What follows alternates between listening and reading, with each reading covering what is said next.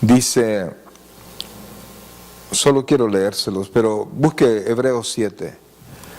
Pero en segundo libro de Crónicas, capítulo 7, versículo 14, se recuerda la alabanza que cantamos, sana nuestra tierra, dice la Biblia, si se humillare mi pueblo sobre el cual mi nombre es invocado, y oraren y buscaren mi rostro, y se convirtieren de sus malos caminos, entonces yo oiré desde los cielos, y perdonaré sus pecados, y sanaré su tierra. Si mi pueblo se humillare. Eso es la actitud del creyente. Y fíjense que esas palabras Dios las declaró cuando se iba a iniciar el templo. Prácticamente estaba siendo fundado, inaugurado el templo. Y entonces Dios estaba diciendo, se presentaron muchísimos sacrificios ahí. Miles de sacrificios, miles de becerros, miles de toros, ovejas, 36,000 ovejas. Es una cosa increíble. Lea por favor en su casa, segundo libro de Crónicas. Recuerde que esto en el Antiguo Testamento no es segunda de Crónicas, como si lo son primera carta en el Nuevo Testamento, ¿verdad? Sino que esos son libros. Pero habla de toda la majestuosidad con la que eso se hizo. Y el pueblo comió 2 semanas ahí. O sea, una cosa son los sacrificios. Y allí hubo comida en abundancia allí. Y al final el Señor declaró que Él tomaba esa casa por su casa. Y que Él iba a permanecer ahí. Y que Él iba a bendecir. Pero si se retiraba la gente de la adoración con Él, hacia Él, pues Él iba a permitir que vinieran pestes, que vinieran cosas difíciles. Y entonces, después, o sea, por la desobediencia y por el adulterio del ¿cómo se llama? Del pueblo de Israel, Él le dijo, si ustedes se portan mal, yo voy a dejar venir pestes, voy a dejar venir guerras. Pero después, si se humillare mi pueblo sobre el cual mi nombre es invocado, y oraren, y comenzó Dios a decir. Entonces, realmente, mis queridos hermanos, Dios es el mismo que permite la bendición, es el mismo que permite las situaciones difíciles para dirigir a su pueblo, ¿verdad? Pero es un Dios que quiere que se le celebre. ¿Que quiere que qué? Se le celebre. Eso es Dios. A mí haceme fiesta. Y no quiere cosas, cuando usted ve la Biblia, no quiere cosas miserables. Bien tremendo. Lo mejor y en abundancia. Lo mejor y en abundancia. Así es que es tremendo nuestro Dios. Ok, lo tenemos ahí. Hebreos capítulo 7. Vamos a ver si Dios nos permite avanzar en todo el capítulo. Vamos desde el versículo 1. Vamos a retomarlo de ahí. Hablamos un poquito ya el viernes pasado en el estudio. Lo tenemos, Hebreos capítulo 7, versículos del 1 en adelante. Y vamos a leer la palabra y lo vamos a hacer en el nombre del Padre, del Hijo y del Espíritu Santo. Porque Melquisedec, rey de Salem, sacerdote del Dios Altísimo, que salió a recibir a Abraham, que volvía de la derrota de los reyes, y le bendijo, a quien asimismo dio a Abraham los diezmos de todo, cuyo nombre significa primeramente Rey de Justicia y también Rey de Salem, esto es, Rey de Paz, sin padre, sin madre, sin genealogía, que ni tiene principio de días ni fin de vida, sino hecho semejante al Hijo de Dios, permanece sacerdote para siempre. Considerad pues cuán grande era a quien aún Abraham el patriarca dio diezmos del botín. Ciertamente los que entre los hijos de Leví reciben el sacerdocio tienen mandamiento de tomar del pueblo los diezmos según la ley, es decir, de sus hermanos, aunque estos también hayan salido de los lomos de Abraham. Pero aquel cuya genealogía no es contada de entre ellos, tomó de Abraham los diezmos y bendijo al que tenía las promesas. Y sin discusión alguna, el menor es bendecido por el mayor. Y aquí ciertamente reciben los diezmos hombres mortales, pero allí uno de quien se da testimonio de que vive. Y por decirlo así, en Abraham pagó el diezmo también Leví, que recibe los diezmos, porque aún estaba en los lomos de su padre cuando Melquisedec le salió al encuentro. Vamos a orar. Padre bueno y santo, queremos agradecerte, Dios, la bendición de tu palabra. Ahora te suplicamos, Dios, que nos hables al corazón, que nos permitas aprender de ella, Señor, sacar lo mejor para este día, para nosotros, Señor, y que podamos día con día ir conociendo más tu palabra, conociendo más tus designios, Señor, y irnos pareciendo más a ti, haciendo tu voluntad. Gracias, Padre. Abre nuestro entendimiento, Dios. Danos la capacidad y la actuación del Espíritu Santo en medio de nosotros para que podamos explicar y recibir esta palabra. Gracias, Dios. Gracias, Padre. Te alabamos y te bendecimos en el nombre de Jesús.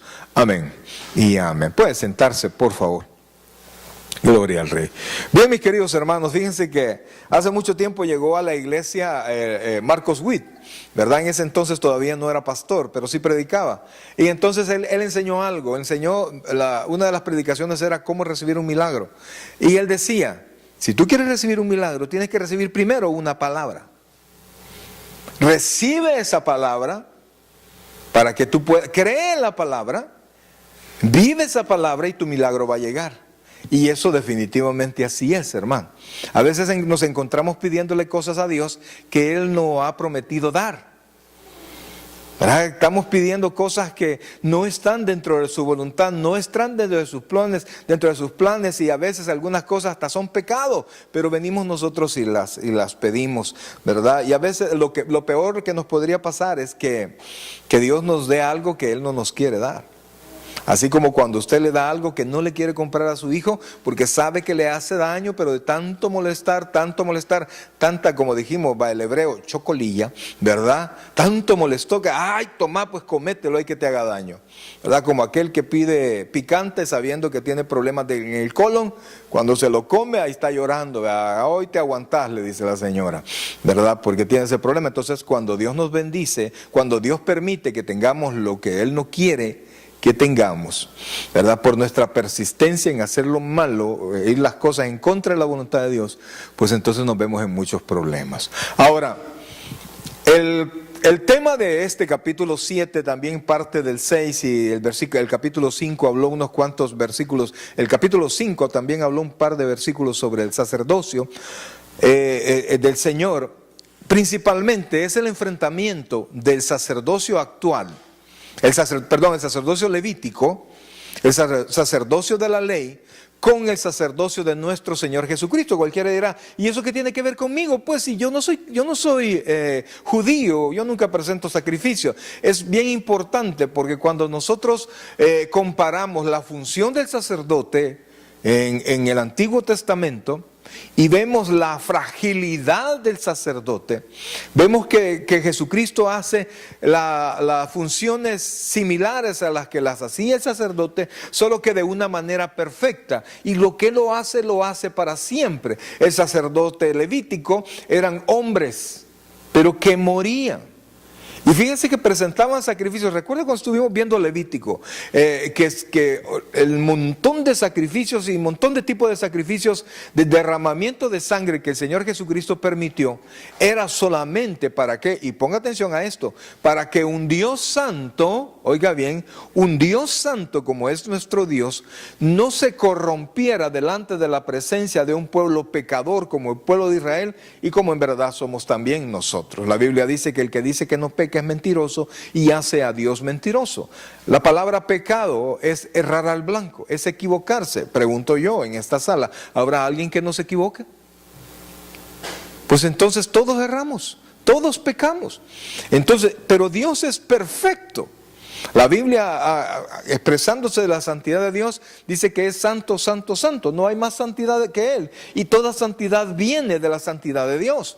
Entonces, para que un pueblo extremadamente pecaminoso, un pecador, con pensamientos pecaminosos, y que corrompemos a otros con nuestro pecado, sabiendo que vamos a dañar a alguien, nosotros venimos y le seguimos hablando de pecado, y cuando no conocíamos al Señor, lo llevábamos a pecar, invitábamos a participar en nuestros pecados. Este pueblo pecador, usted y yo, y el pueblo de Israel, que también era pecador, para que pudiesen estar enfrente al Dios Todopoderoso y Santo, era necesario el derramamiento de sangre. La Biblia dice eso, que sin derramamiento de sangre no se hace remisión de pecado.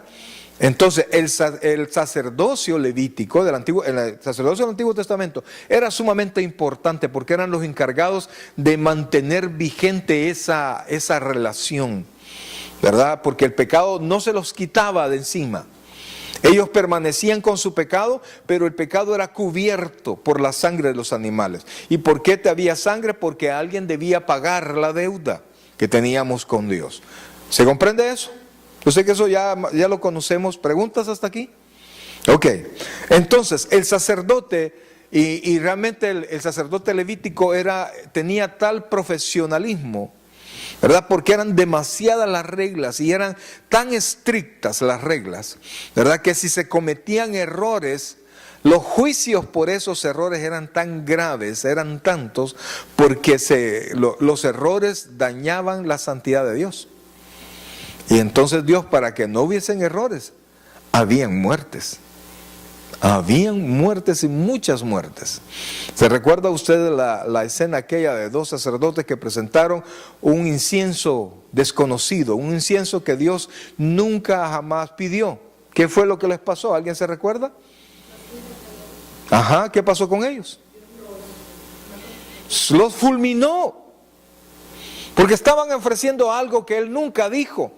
Cuando Él hizo el incienso, Él les dijo a ellos cómo hacer el incienso, se lo dijo a Moisés y Moisés lo trasladó, le dijo que nadie se lo vaya a usar, que nadie se lo vaya a poner, porque era un perfume, era exclusivo para eso, no que era exclusivo del olor que debería declarar la santidad de Dios en el templo. Entonces Dios no iba a querer que ese olor de santidad fuera allá afuera, toda la gente ahí habló, ay, qué rico huele a santidad pura, ¿verdad? Y siendo tremendo pecador. Mas sin embargo, ahora en la gracia, cuando Cristo ya se presentó como sacerdote y como ofrenda, la Biblia dice que nosotros tenemos olor espiritual. En otras palabras, en el Antiguo Testamento no les permitía el olor. En el Nuevo Testamento, en el tiempo de la gracia, usted y yo tenemos olor, tanto olor que espiritualmente, los seres espirituales lo conocen. Olor de vida para los que se salvan y olor de muerte para los que se pierden. Pero en el Antiguo Testamento no estaba eso.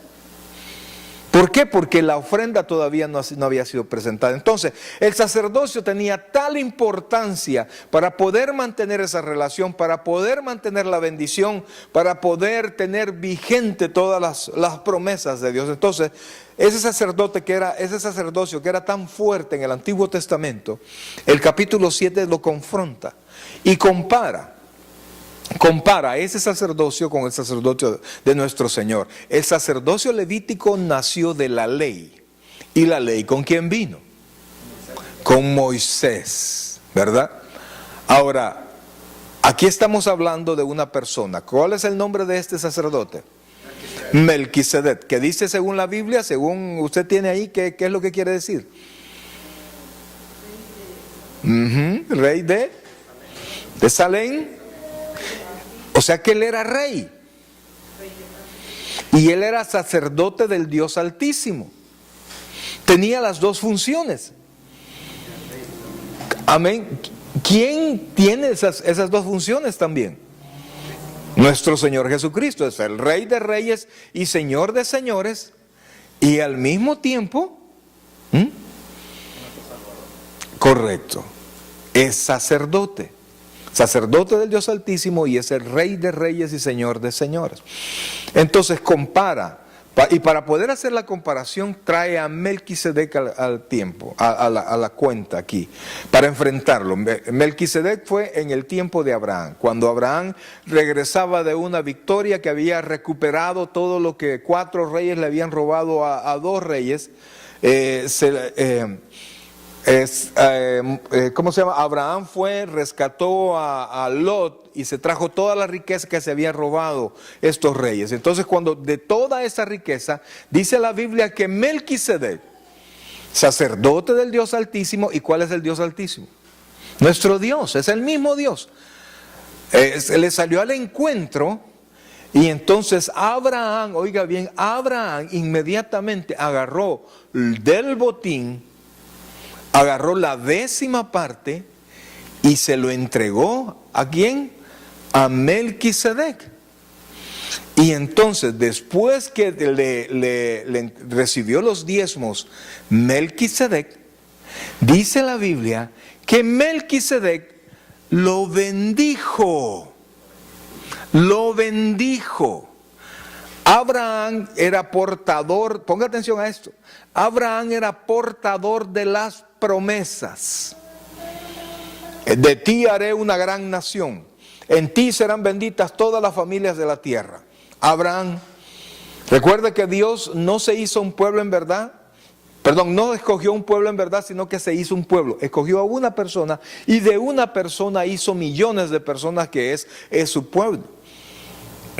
Entonces, cuando Abraham vio a Melquisedec, inmediatamente lo que Abraham hizo es que le entregó los diezmos. Ahora, los diezmos ¿cuándo nacieron? Allí con Abraham. Ahora, según el Antiguo Testamento, según la ley, el pueblo de Israel estaba obligado a darle sus diezmos a los sacerdotes, ¿sí? A los sacerdotes. Y entonces los sacerdotes, para poder mantener ese ministerio, necesitaban dinero, ¿verdad? Por eso mucha gente se molesta, ¿verdad? Porque las iglesias piden ofrenda, piden diezmo, pero amado hermano, hay que pagarlo esto.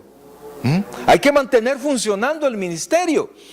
Inclusive lo que hacía, ¿cómo se llama? Melquisedec.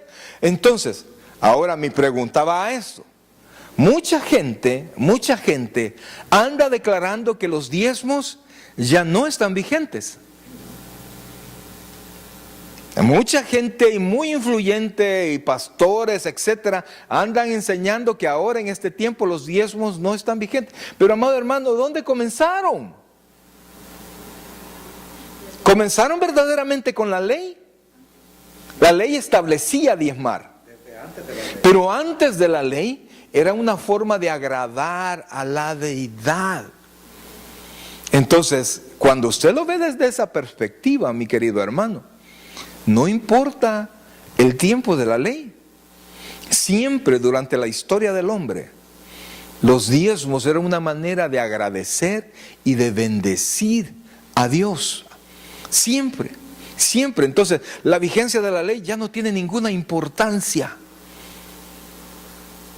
para diezmar.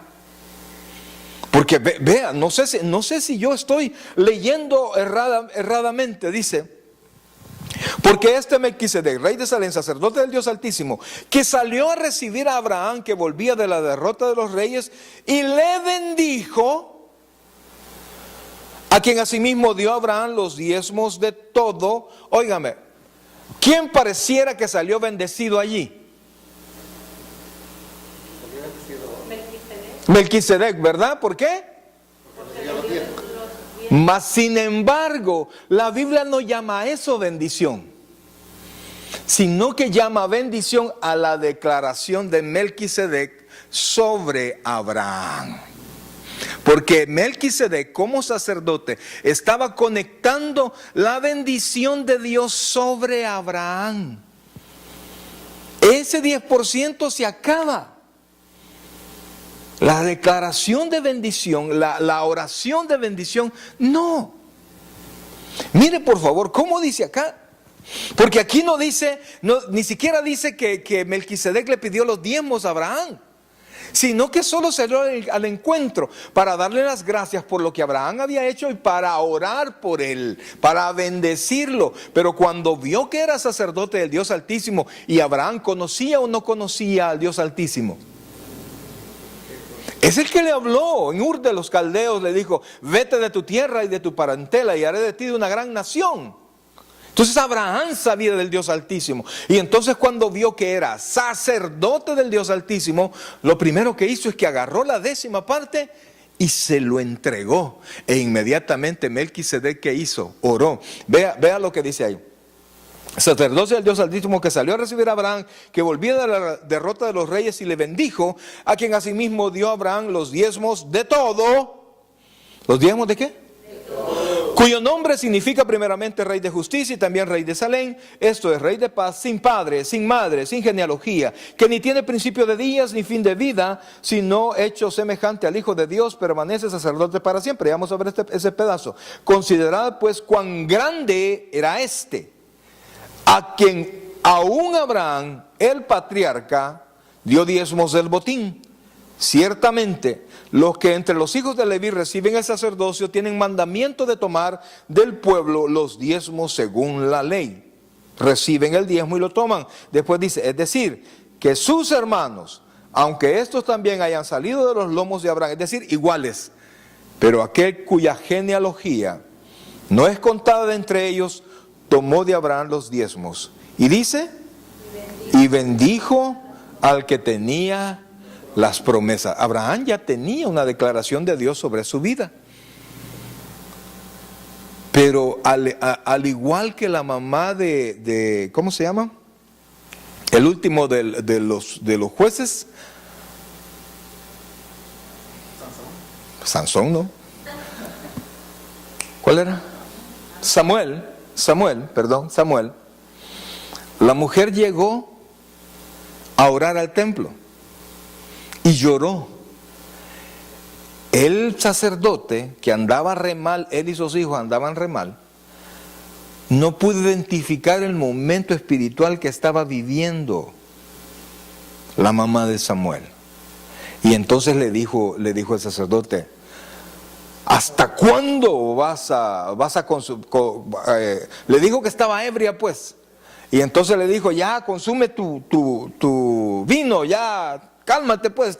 Porque pensó que estaba borracha en el templo, el sacerdote. Y la mujer le dijo: Señor, yo no estoy ebria, yo no soy una mujer impía, sino que delante de Dios he derramado mi alma. Y entonces le dijo el sacerdote, un mal sacerdote, y con hijos re mal, le dijo: que Dios te conceda lo que has venido a buscar. El mal sacerdote, pero su función, ¿qué era? Era intercesor entre Dios y los hombres. En ese momento vino y conectó la bendición. Y de ahí se fue la mujer y se fue embarazada, porque había llegado a buscar un hijo. Que es Samuel, un tremendo hijo del Señor. Y el sacerdote no tenía una buena vida, pero sí tenía una conexión increíble. Entonces, este Melquisedec, sacerdote del Dios Altísimo, fue antes que estos sacerdotes. Recuerde, por favor, Abraham, ¿cómo se llamaba su hijo? Isaac. ¿Cómo se llamó el hijo de Isaac? Jacob, que fue padre de los 12 patriarcas, y entre ellos estaba Leví. Entonces, mire, querido hermano, este sacerdocio de Melquisedec es previo, y aún antes el entregar los diezmos era una práctica para agradar a Dios, y fueron entregados no a cualquiera, al sacerdote. Y cualquiera diría: mira, bien, para ocupar una expresión bien salvadoreña, bien alivianado se fue Melquisedec. Pues no, el bendecido no fue Melquisedec, el bendecido fue Abraham.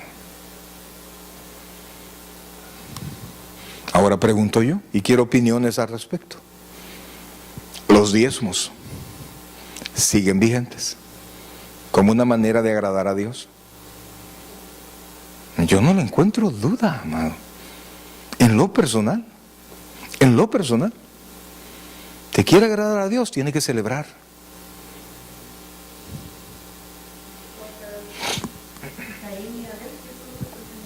Ofrendas, no. Pero igual, igual ellos trajeron algo de lo que ellos producían. Uno producía de la tierra, presentó de la tierra. El otro cuidaba animales, presentó animales. O sea que daban una parte de sus ingresos. No había dinero. Ni tampoco había una ley. Pero ellos sabían que debían de presentar, debían tributar delante de Dios. ¿Qué necesidad tiene Dios? Nada. Pero cuando usted cumple años y sus hijos ni los saludan, yo creo que usted no se siente bien, ¿o sí? Hay quienes se cumplen años y rapidito abren el Facebook, vea. Tal vez a alguien, vea, y como el Facebook se encarga de avisarles a todos, ¿verdad?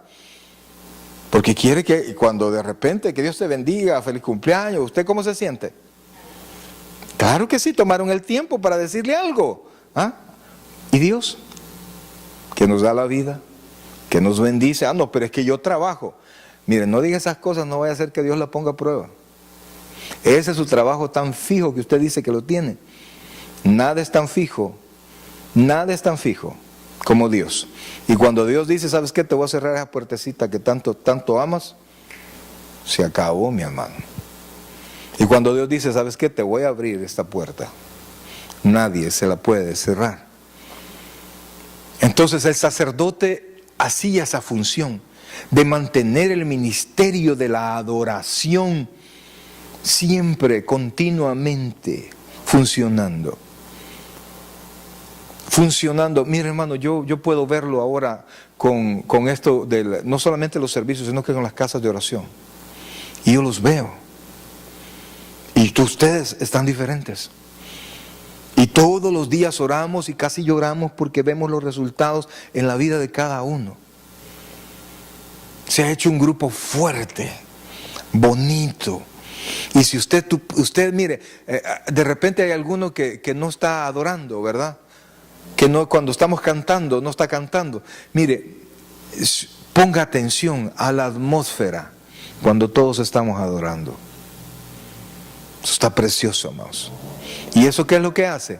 Estar en la presencia del Señor, estar escuchando la palabra, que eso se mantenga funcionando. Y para eso es para eso, para que no se detenga. Usted para que su carro siga caminando, ¿qué hace? Por lo menos tiene que echarle gasolina. Y al año, para que pueda seguir caminando, ¿qué tiene que hacer? Pagar la registración, ¿sí?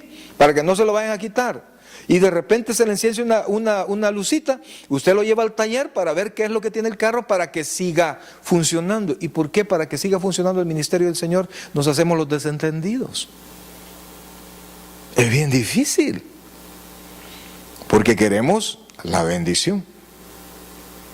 Y aquí Abraham, que ya tenía las promesas, para que esas promesas, ¡pum!, Melquisedec oró por él. ¿Preguntas? ¿No? Ok. Está claro. A ver, vea, yo quiero verlo haciéndolo. Mire, hermano, no es porque aquí alguien necesite algo. Es que tenemos que ser obedientes, mi querida iglesia. Sigamos. Dice el versículo 6. Pero aquel cuya genealogía no es contada entre ellos, tomó de Abraham los diezmos y bendijo al que tenía las promesas. Versículo 7. Y sin discusión alguna. Mire, hermano, véame. ¿Quién más grande que Abraham? No, sin tocar a nuestro Señor Jesucristo. ¿Quién más grande que Abraham? ¿Quién?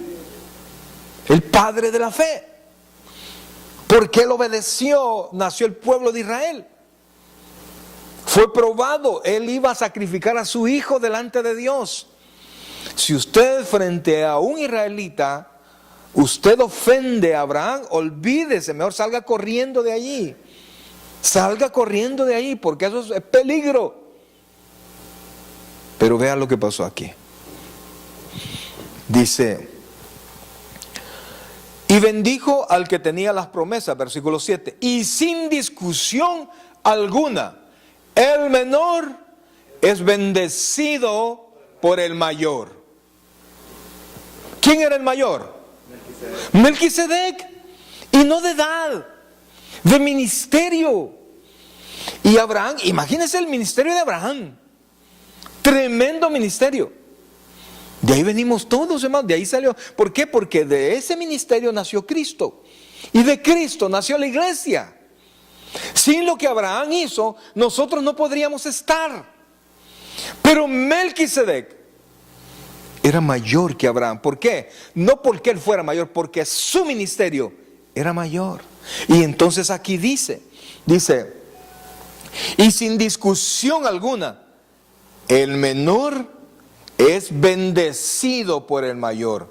Aquí ciertamente reciben los diezmos hombres mortales, pero allí uno quien se da testimonio de que vive, y por decirlo así, en Abraham pagó los diezmos también Leví, que recibe los diezmos, porque aún estaba en los lomos de su padre cuando Melquisedec le salió al encuentro. Recuerda, explicamos esto de los lomos, ¿verdad? Estamos hablando de la cintura. Todavía Leví, hijo de Jacob, hijo de Isaac, hijo de Abraham, estaba en los lomos de Abraham.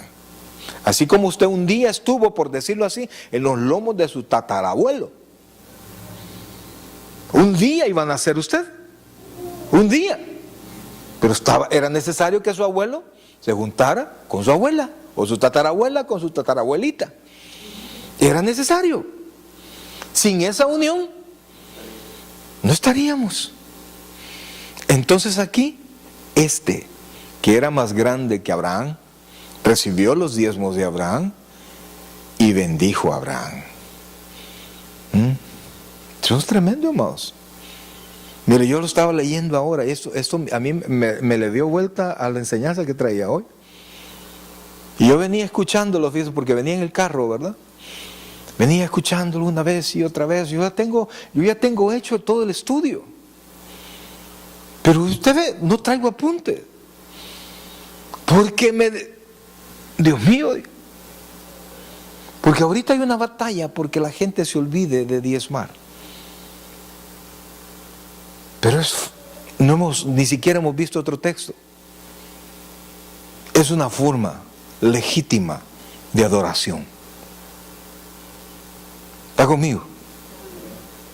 No me vea así. Vaya pues, hombre. Alégrese. Mire, alégrese. ¿Sabe por qué? Porque tenemos otra manera de adorar. Porque tenemos otra salida, otra puerta de bendición. Así es. Sigamos. Yo creí que le iba a pegar así como me pegó a mí, pero bueno, estamos.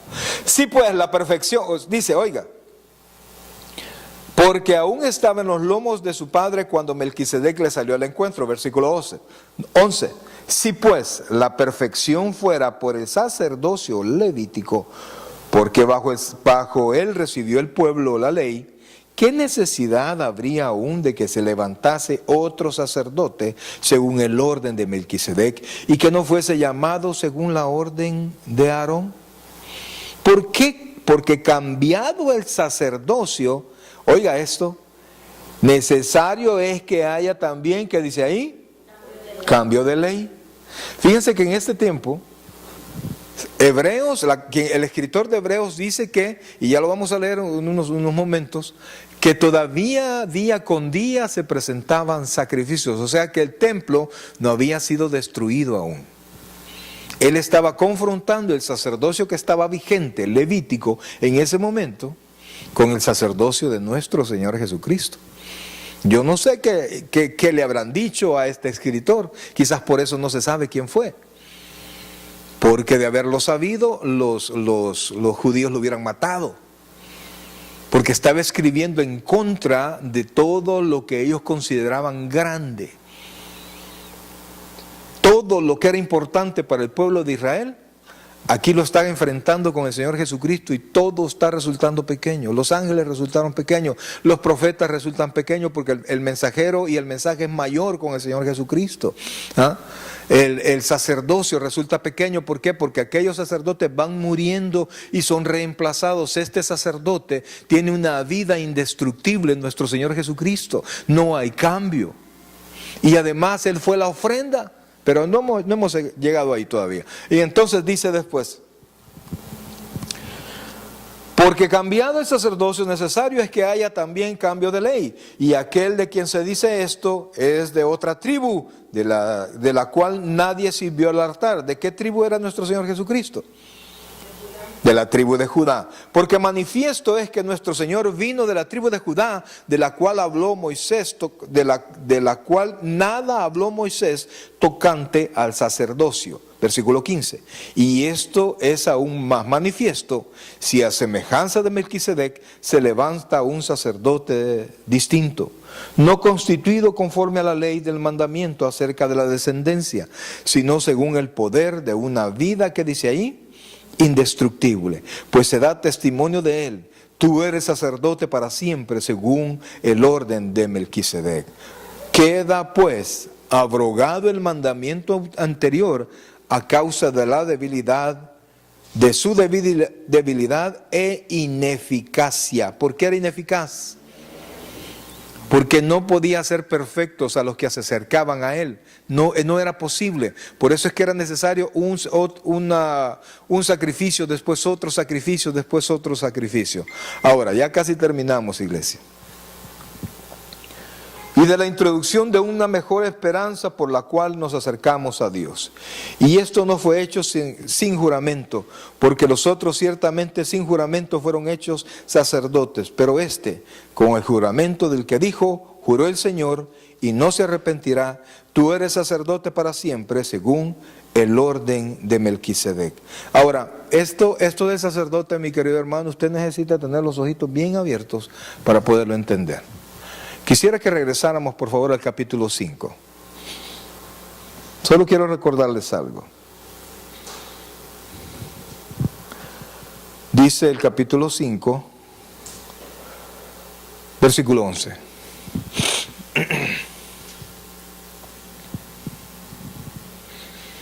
Hablando del tema que se iba a tocar, que iba a comenzar a tocarlo. Algo habló de Melquisedec. Si usted ve al final del versículo 12, dice, el versículo 10, dice, y fue declarado por Dios sumo sacerdote según el orden de Melquisedec. Pero después dice el versículo 11, acerca de esto tenemos mucho que decir y difícil de explicar, por cuanto os habéis hecho tardos para oír. El sacerdocio, amados hermanos, es el sacerdocio de Melquisedec y el sacerdocio de Leví. En este tiempo es un tema muy difícil que a la gente le pueda interesar. Pero hay pocos temas tan importantes para nosotros como el sacerdocio de nuestro Señor Jesucristo. Porque no solamente presenta la ofrenda que Él mismo, no solamente escucha nuestras necesidades, no solamente hace que nosotros aprendamos la palabra de Dios a través del Espíritu Santo y de todos sus siervos que ponen a enseñarlo, ¿verdad? Sino que Él mismo, siendo la ofrenda también, Él mismo está sentado a la derecha del Padre por la eternidad. Si usted necesita algo, necesita hablar con el sacerdote. Si usted quiere llegar a Dios, que es la fuente de toda bendición, necesita hablar con el sacerdote. No estoy hablando de ningún cura, de ningún pastor, sino que el que dijo, yo soy el camino, yo soy la verdad y yo soy la vida, y nadie llega al Padre sino por mí.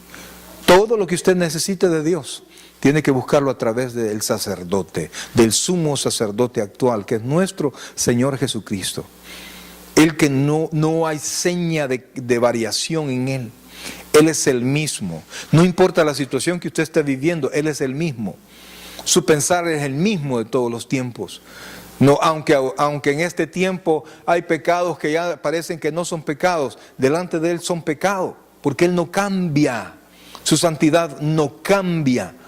pero tiene el atenuante que Él fue humano y Él conoció la debilidad humana, la fragilidad humana, la inconstancia humana y el temor a la muerte y a la necesidad que tenemos todos los humanos. Y entonces por eso, porque Él vivió en un cuerpo humano, vivió las necesidades que tiene aquí una persona, vio la impotencia de tener tantas cosas, vio quizás el hambre en muchas personas, vio el maltrato en otras, Él lo vio a niños siendo maltratados, a mujeres siendo maltratadas, o jefes que maltrataban a sus empleados, gobernantes que maltrataban a su pueblo. Él vio todo eso. Y entonces al haber vivido todo eso, Él puede, óigame bien, apiadarse, comprendernos a nosotros, saber que si nosotros fuimos inconstantes, si nosotros cometimos un error, si nosotros tuvimos una debilidad, Él sabe por qué la tuvimos, también Él sabe por qué caímos, pero Él sabe que el hombre es en esencia débil, el hombre es en esencia incapaz de cumplir la ley. El objetivo de la ley es nada más mostrarnos que nosotros no podemos llegar a Dios por nuestros medios, nuestros propios medios, que tenemos que buscar un sacerdote, y ese sacerdote es Cristo. Por eso, amado hermano, es tan importante, pero es tan difícil, porque usted necesita, a pesar de su cansancio, necesita poner atención, necesita abrir su corazón, necesita tomar la fe para ponerla como mesa en el cual usted va a ir escribiendo. Su cuerpo y su mente le dice: mejor anda a dormirte, mira para qué vas a estar oyendo esas tonteras. Esto no viene de Dios, eso viene de Satanás. Que cuando usted logre comprender el sacerdocio del Señor y que está a su favor y expuesto para usted, para Dios también, entonces usted va a tener paz en su corazón, porque sabe que no importa lo que pase en la tierra, no importa que hayan guerras, necesidades, no importa lo que pase, hay un hombre en el cielo, que nuestro Señor Jesucristo, Dios Todopoderoso, que tiene los ojos siempre puestos en usted y siempre está listo para escuchar las oraciones de sus hijos. Y por eso, mi querido hermano, un tema tan importante como esto no debería tener de permitir el descuido suyo para no saberlo. Algunos se meten a otros temas. Hermano, lo que está en nosotros es la necesidad. Tal vez no la necesidad económica, algunos pueden tener, otros no pueden tener, pero siempre hay una necesidad de algo. Hay corazones que están vacíos. Y quizás también necesidades de todo. ¿Cómo saber? ¿Cómo saber qué es lo que depara a nuestros hijos? ¿Cómo saber? ¿Cómo estar seguro que nuestros hijos van a despertar? ¿Cómo? ¿Usted cree que en la noche no pueden pasar cosas? Mire, para que alguien se muera, hermano, solo hace falta una tonterita que tape ¿cómo se llama? Una vena, qué sé yo. Y conocido personas que cenaron, se fueron a dormir y de repente el estómago les devolvió algo y esto vino y les tapó la respiración y murieron en su cama. Asfixiados. ¿Andaban haciendo algo malo? No. Por eso, mi querido hermano, mire, es tan valioso tener un sacerdote así delante de Dios, que está siempre constante delante de Dios. A mí el libro de Job me llama mucho la atención porque dice que se presentaron delante de Dios todos sus hijos espirituales, ¿no? Y entre ellos Satanás llegó a la presencia de Dios. Y ahí comenzaron a hablar por Job. ¿Sabe cómo le llama la Biblia a Satanás? El acusador. Satanás es un fiscal. Pero nosotros tenemos nuestro abogado defensor, el cual es Jesucristo. Por eso, amado hermano, mire, yo le invitaría a que comience de nuevo del 5, 6 y devórese todo el capítulo 7 de Hebreos, despacio. Y antes de comenzar a leerlo, dígale al Señor, dígale al Espíritu Santo: quiero entender mejor el sacerdocio de mi Señor, porque ha sido puesto para estar en medio de la relación entre Dios y usted. A veces tenemos problemas con alguien y aparece un hermano, espérate, voy a ir a ver cómo está mi papá, espérate, voy a hablar yo con él. Aquel hermano que está en buena relación, el consentido, espérate, voy a ir a hablar yo con mi papá. De repente usted necesita algo en una oficina que no conoce a nadie y de repente aparece una cara conocida. Fulano, le dice. Hola, hombre, ¿qué andas haciendo? Fíjate que ando haciendo este trámite y me urge. Espérate, voy a ir a hablar con el jefe. Mira, no te preocupes, dame los papeles. Usted siente aquello, ¿verdad? Pues tenemos uno mejor que eso en el cielo. Nuestro amado Salvador. ¿Preguntas? Dígame. 3D. Ok.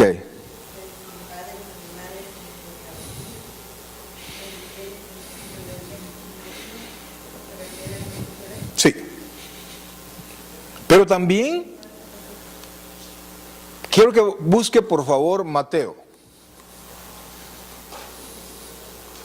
El Evangelio según San Mateo, por favor, rapidito para poder explicar eso.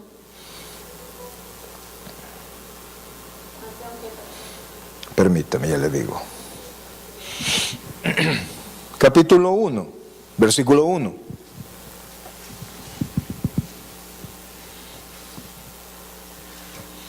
Solo para que, primero para que arranquemos desde el principio, para que veamos que es una genealogía. Diga conmigo, genealogía. Mateo 1:1. ¿Lo tiene ahí?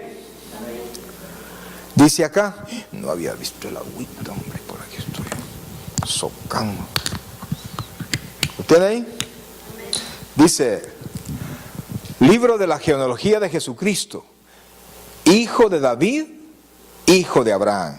Dice aquí, Abraham engendró a Isaac, Isaac a Jacob, Jacob a Judá y a sus hermanos. Judá engendró a Tamar, a Fares y a Sara, Fares a Esrom, Esrom a Aram, Aram engendró a Aminadab. Ahora, y sigue eso, ¿verdad? Quisiera que fuera a Lucas.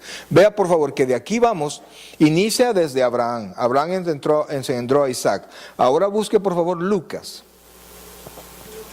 Lucas capítulo 3. Versículo 23. Lucas 3, 23.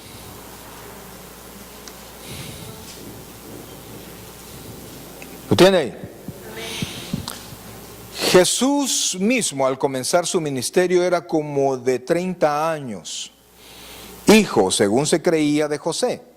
Hijo de Elí, hijo de Matat, hijo de Leví, hijo de Melqui, mire, Melqui. Hijo de Jana, hijo de José, hijo de Matatías, hijo de Amós, etcétera, etcétera. Y sigue, mire, y sigue toda la descendencia.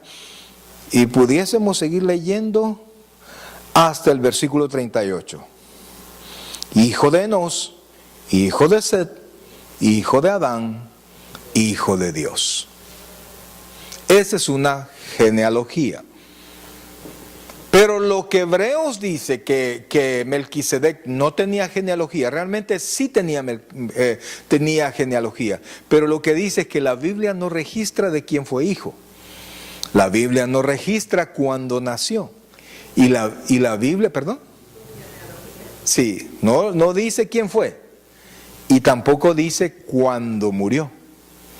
La Biblia no narra su muerte. Entonces, para la Biblia es sin principio y sin final. Si usted ve la genealogía del Señor Jesucristo, dice allí, hijo, según se creía, de José. Ahora yo le pregunto a usted, ¿Jesús era hijo de José? No. ¿Por qué? Porque Jesús no tiene principio. Él ha sido eterno. Él no tiene principio, no tiene fin. Claro, la Biblia dice, él dice en Apocalipsis, yo soy el alfa y la omega, el principio y el fin. En buen español, el alfa y la omega sería, y yo soy la A y yo soy la Z, porque esas son las letras del alfabeto griego.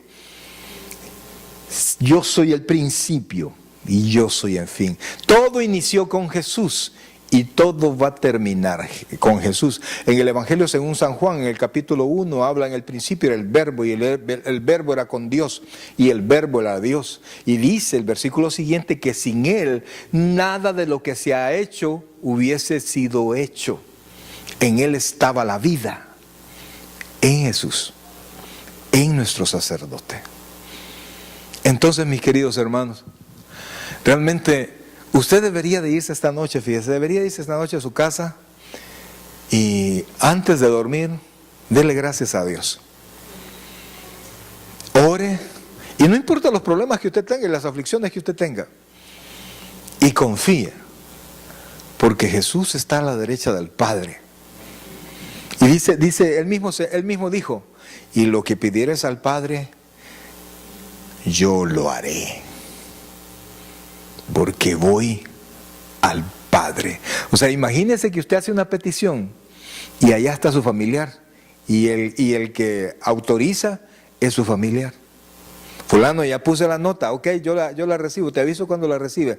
Ok, fulanita, mira, aquí la tengo, ¿oíste? Ahorita le estamos dando, ¿oíste? Ahorita le estamos dando lo que vayas tú, ahí te va a llegar la nota. Y usted, ¡ay, qué bueno! Pues así es Jesús. Entonces, esta noche debería hacerse real lo que la Biblia dice: en paz me acostaré y asimismo dormiré. ¿Porque qué? Porque solo tú, Jehová, me haces dormir o vivir confiado. Vamos a orar. Pongámonos en pie, por favor. Padre celestial, buen Dios y Padre nuestro, en esta hermosa noche, Señor, queremos agradecerte, Padre, la vida que nos das. Agradecerte, Señor bendito, todo lo que tú haces por nosotros. Todo lo que has hecho por nosotros, haces y sigues haciendo, Señor. Agradecemos, Padre, el que hayas mandado a Jesucristo a morir por nosotros. Agradecemos nuestro Señor Jesucristo por todos esos 3 años y medio de ministerio donde enseñaste, sanaste y nos dejaste a nosotros tremendas enseñanzas. Pero principalmente agradecemos el que te hayas llegado hasta el final, hasta poder decir delante del Padre, consumado es, entregando tu vida por cada uno de nosotros. Pero el ministerio no terminó allí, porque tu muerte, después de tu muerte, fuiste sepultado y llegaste al fondo, Señor, allá a los infiernos, y hablaste de todas las promesas. Luego, Señor, al cielo, sentado a la derecha de Dios. Y un día, Señor, de allí vas a bajar cuando vengas por todos nosotros. Gracias, Dios. Gracias, Padre, porque nuestra vida está puesta en tus manos. Gracias, Dios, porque podemos completamente confiar en ti. Bendice, Señor, a tus hijos, Padre, que apartan el tiempo para aprender. A veces el cansancio y muchas cosas, Señor, en nuestra mente y muchas preocupaciones, Padre, no nos permiten mantener la atención o mantener una vida cristiana que quisiéramos tener. Pero ayúdanos, Padre, a que nuestra fe se fortalezca día con día, Señor. A pensar, Señor, que te tenemos a ti, allá sentado a la derecha de Dios. Que tus ojos están sobre nosotros. Que tus ojos cuidan la iglesia. Tú dijiste que las puertas del Hades nunca prevalecerán frente a la iglesia. Y has garantizado, Dios, que siempre vamos a poder salir adelante. Aun cuando nos pasen cosas difíciles, nos mandaste a decir a través del apóstol Pablo, que a los que aman a Dios todas las cosas nos ayudan para bien. Esto es así, conforme a tu propósito hemos sido llamados. Gracias, Padre. Te suplicamos que esa palabra, que esa bendición, Señor, afirme nuestros sentimientos y que nunca jamás haya temor en nuestro corazón, que nunca jamás podamos tener temor a lo porvenir, sino que podamos estar confiados completamente en ti, Señor. Te confiamos a ti nuestros hijos, te confiamos a ti nuestro trabajo, te confiamos a ti todo lo que nosotros somos. Yo como pastor, Señor, de esta iglesia, te confío a ti, Señor, pastor de pastores, Señor, pastor de toda toda la iglesia del mundo, Señor. Te confío a ti esta iglesia, Padre. Derrama de tu bendición sobre cada uno de tus hijos, Padre. Ayúdanos a crecer y a prosperar, Señor. Te alabamos, Rey, y te damos las gracias ahora y siempre, Señor. Desde ya declaramos una bendición muy especial este día sábado en la casa de oración, allá donde mi hermano Larry Rojas, Señor. Te suplico que tu Santo Espíritu se haga presente, derramando mucha bendición a través de tu palabra, mucha bendición a través de las alabanzas, Señor, y mucha bendición a través de milagros y prodigios. Gracias, Dios, gracias, Padre Celestial. Ahora quiero hacer una pregunta. ¿Habrá alguien aquí que no haya recibido a Cristo como su Señor y Salvador personal? ¿Habrá alguien que no haya recibido a Cristo? Este es el momento de hacerlo. Ese sacerdote es su sacerdote cuando habita